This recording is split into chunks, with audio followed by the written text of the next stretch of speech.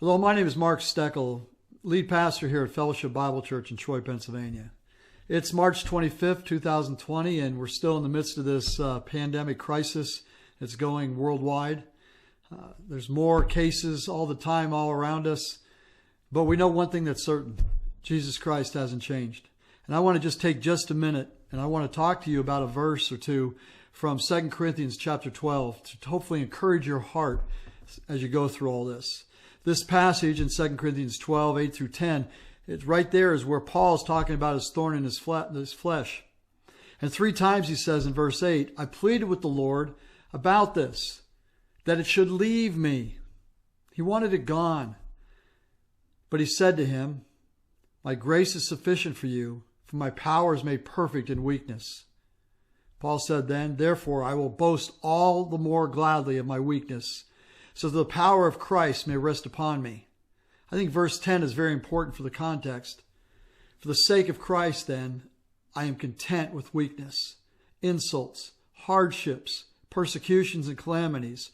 For when I am weak, then I am strong. Paul asked 3 times, and Jesus said no 3 times. He told Paul, no, I'm not removing this thorn from your side. See, our perspective is that's negative. Well, why wouldn't the one that went to the cross and died for us, why wouldn't he remove all this pain and this agony and the suffering we're going through? Because he has a plan. And right now I've seen it on Facebook and Instagram, and probably you have too, people putting up these things. If you pray this, it's all going to make it better and God's going to heal our land. But maybe that's not his plan. He says this to Paul, I'm not going to remove it. Instead, I'm going to give you something better. Christ gives him the grace and power so that Paul will learn a dependence on Christ. Christ was teaching Paul that he couldn't do this without Jesus Christ. Paul was self-sufficient. Christ was saying, no, you need to be me sufficient, Christ sufficient. The power Paul lacked was going to be replaced with the power that created the world. The world we live in, the very one that created it, the power of Jesus Christ. Paul's natural strength was not enhanced by the superior power of Christ. It was replaced by the superior power of Christ. We are all going through some really difficult times right now. I don't think anyone could say that it's not touching their life in some way. For you that are working, maybe you're finding out you're not so essential anymore and you're home, wondering if you're going to get a paycheck. Or maybe you found out you were essential and you had no idea. Maybe you're struggling financially. Maybe it's about your family. Being together for long stretches of time is going to, well, it's going to stretch you. Or not being with your family at all. The best you can do is maybe FaceTime or, a phone call or video chat. And that hurts. Maybe you have some physical challenges.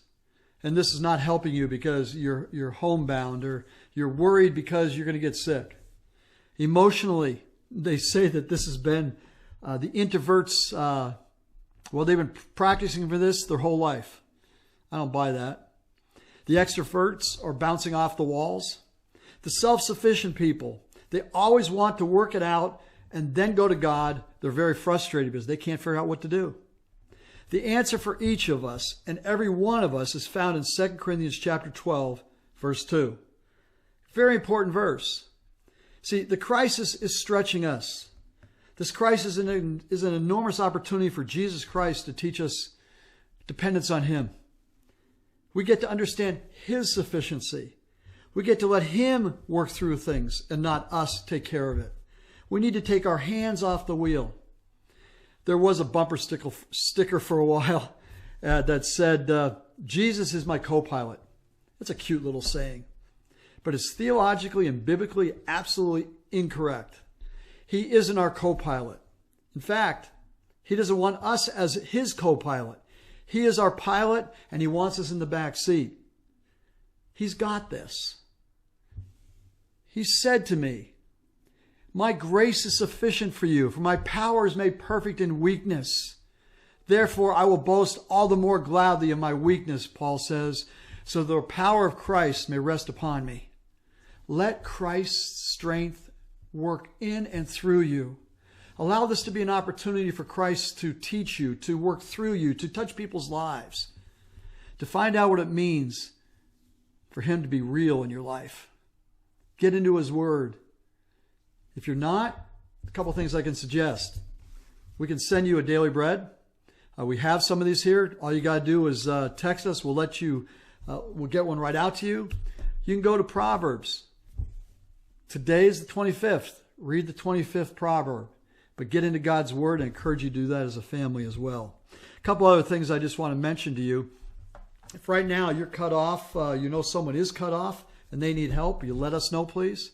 Also, right now a lot of us are home and we're, cleaning up around the house, going through the closets and the cupboards and the basement, and who knows what'll happen. Why don't you start a box?